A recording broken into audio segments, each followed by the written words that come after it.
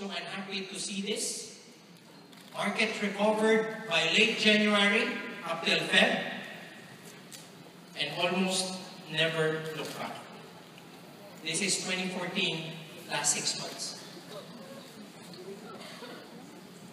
You will know that this shows you that staying in the market is the safest thing to do. In and out will always put you at risk. Because if you take out the best days of the market in the last 5 years, the best days, you will already be at a loss if you're not part of it. So the risk, ladies and gentlemen, is not when you're in the market and it goes down. The risk is when it goes up and you're not part of it. I will repeat that. The biggest risk is when it's going up and you're not there. When people think the biggest risk is when I'm in there and it drops, that's not a risk.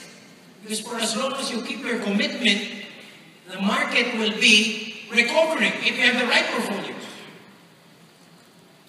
So the key is to participate. The Philippine growth story continues. I think you all know we're second.